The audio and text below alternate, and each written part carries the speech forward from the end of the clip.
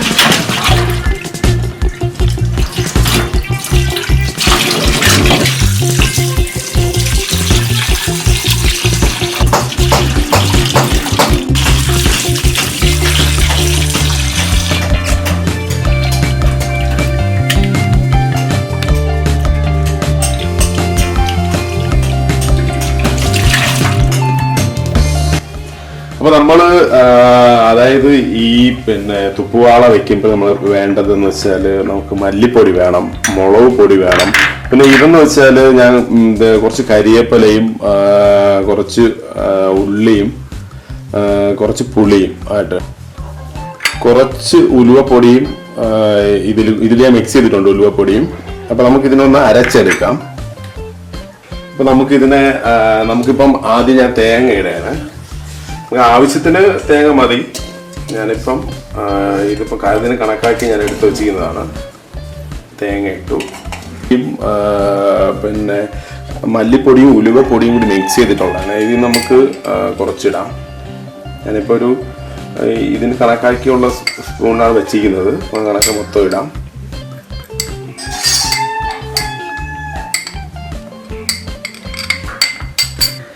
അപ്പോൾ എരിവെന്ന് വെച്ചാൽ നമുക്ക് ആവശ്യത്തിന് നമ്മൾ ഉപയോഗിക്കുക. ഞാനിപ്പോൾ ഇതിൽ ഇത്രയും മീനിന് കണക്കാക്കിയുള്ള എരിവാണ് ഇപ്പോൾ എടുത്തിട്ടുള്ളത്. ഞാൻ എന്നാലും ഇടാം.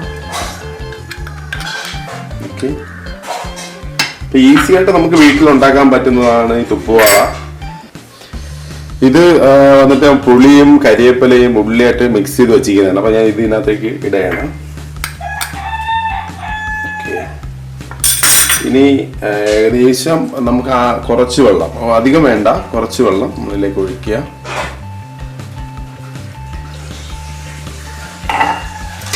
ഇനി നമുക്കിതിനൊന്ന് അടിച്ചെടുക്കാം.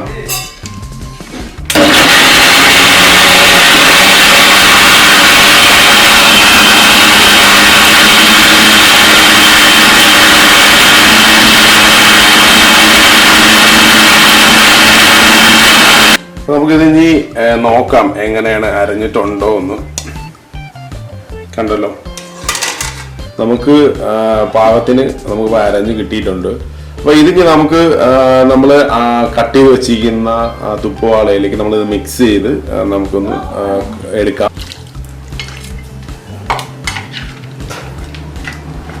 നന്നായിട്ടൊന്ന് ഇളക്കി എടുക്കണം.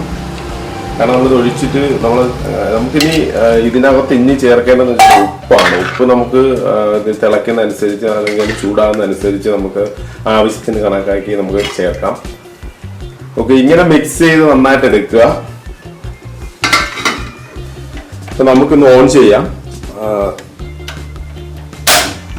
നമ്മളിപ്പം വെച്ചേ ഉള്ളൂ. അതിനുശേഷം നമുക്ക് കുറച്ച് തിളച്ച് ഉപ്പ് നോക്കിയാലും മതിയാവും.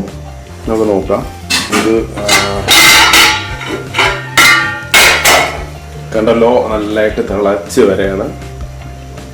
ഇനി കുറച്ച് തിളച്ച് വറ്റണം. അപ്പൊ ഞാൻ ഇതിനകത്ത് ഇപ്പം ഞാൻ മിരിങ്ങയ്ക്കയും അതേപോലെ തന്നെ പുളിച്ചിക്കയൊക്കെ കീറി മുളകൊക്കെ കീറിയിട്ടിട്ടുണ്ട്. പിന്നെ അത് നമുക്ക് ആവശ്യത്തിനനുസരിച്ച് ഉപയോഗിക്കാം. ചില ആൾക്കാർ തക്കാളിയൊക്കെ ഇടുന്നവരുണ്ട്. അപ്പൊ നമുക്ക് ഇഷ്ടമുള്ള പോലെ നമുക്ക് ചെയ്യാം. അപ്പം ഇതിനകത്ത് നമുക്ക് ഇതിനെ ഇനി കുറച്ചൊരു വറ്റണം, വറ്റി വന്നിരുന്നാലേ ആ ഒരു മീൻകറിയുടെ ടേസ്റ്റ് നമുക്ക് ഉണ്ടാകത്തുള്ളൂ. കുറച്ച് നേരം നമുക്ക് വെയിറ്റ് ചെയ്യാം, അടച്ചു വെക്കാം.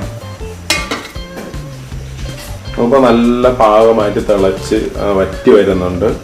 കുറച്ച് വറ്റിയാൽ മതി. ചില ആൾക്കാർക്ക് നല്ല വറ്റുന്നതായിരിക്കും ഇഷ്ടം, ചില ആൾക്കാർക്ക് കുറച്ച് വറ്റുന്നതായിരിക്കും ഇഷ്ടം. അപ്പോൾ അത് കണക്കാക്കി നമുക്ക് ചെയ്യാം.